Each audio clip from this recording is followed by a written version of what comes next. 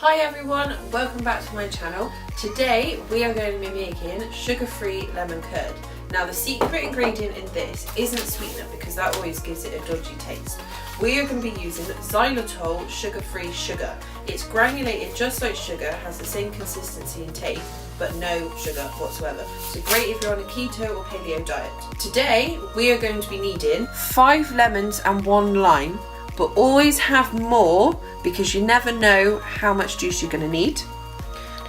3 eggs, both whites and yolks, butter, ½ cup, and sugar-free xylitol sugar onto the equipment, a measuring scale, a juicer, a blender, a microwavable bowl, a jug, a sieve, and a large dish. This will come in handy later on. So first up, in your microwavable bowl, you are going to put your butter, ½ cup,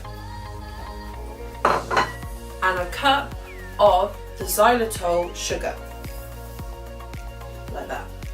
And then 3 eggs, both the egg and the yolk. The yolk is what gives it the yellow.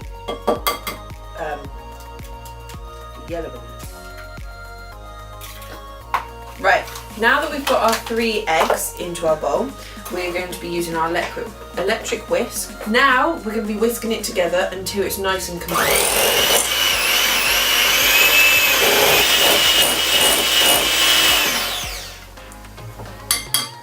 Right, now that it's nice and combined and it's got a slight frothiness to it, we're going to move on to the juicing. Now, you need about a cup of fresh lemon juice. Don't use the homemade, the shop bought stuff because it's just not as good. Right, now the easiest way that I've found to extract the most lemon juice from lemons is by getting a knife, putting a small hole in it, and then putting them in the microwave for about 30 seconds.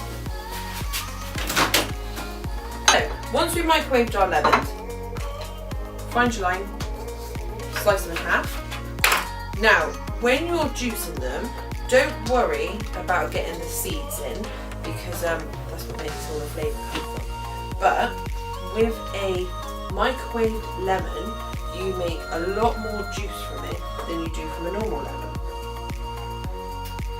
And then just keep going until you have a cup worth of lemon juice. Right, so once you've squeezed all your lemons and limes out, make sure you have a cup. Now, put it in to your butter, egg and sugar mixture that we did earlier on. Make sure you get all the pips and the pith and stuff because that's what makes a good flavour. Now, some recipes suggesting putting the zest in, but I always find it doesn't give a lot of our fruits over here are wax covered, so it doesn't really give it a nice taste. But if you can get unwaxed lemons, I suggest putting a bit of zest in. I'm just going to give this another blitz through.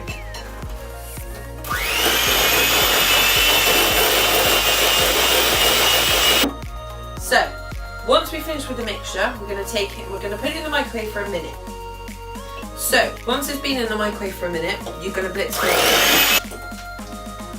But it's nowhere near enough done yet. Back in the microwave it goes for another minute. Whilst we're waiting for the lemon curd to cook in the microwave, we're going to do something to get the jars ready. What you're going to need is a baking tray. Anyone will be fine. What you're going to need is your jars that you'll be putting stuff in. I've got a small one because I'll be giving this lemon curd as a gift, and then a big one because I'll be turning it into a lemon meringue pie. You put them in the oven for probably about 5 to 10 minutes so they're nice and hot but nice and dry at the same time. It doesn't matter if they're a little bit wet because they'll dry out. Now, putting them in the oven will sterilise the jars so that when you put your new freshly made lemon curd in. Now, the way to tell if your lemon curd is done or not is by taking a metal spoon and just seeing if it coats the back of the spoon. Now see, mine is still too frothy, it's not curdish enough. So back in the microwave it goes.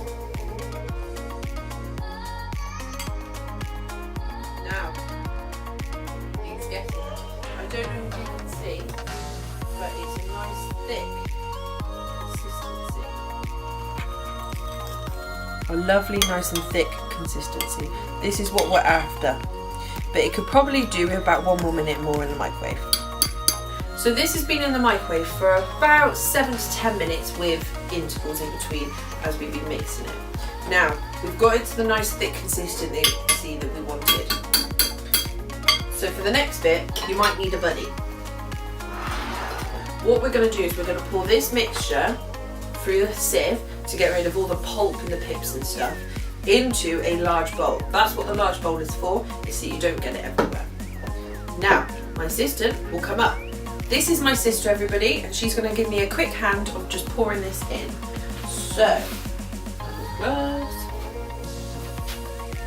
be careful, it's very hot.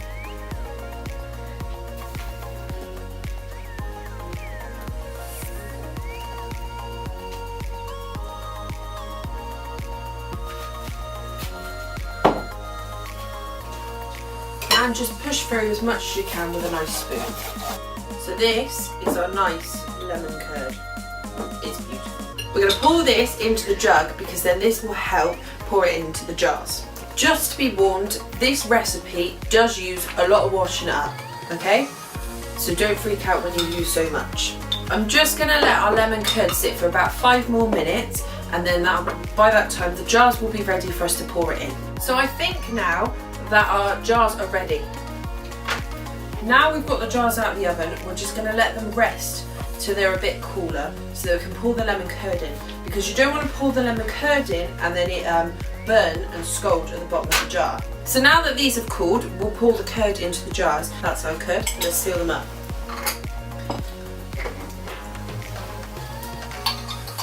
What I like to do is I like to write the date at the bottom just so that they know when it was made. Now that I've got that rope on both the lemon curds, I'll set them in the room to one side so they'll just cool down all the way.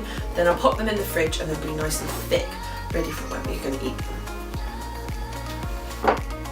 That is all for today. I hope you enjoyed following this recipe on how to make lemon curd. See you next time.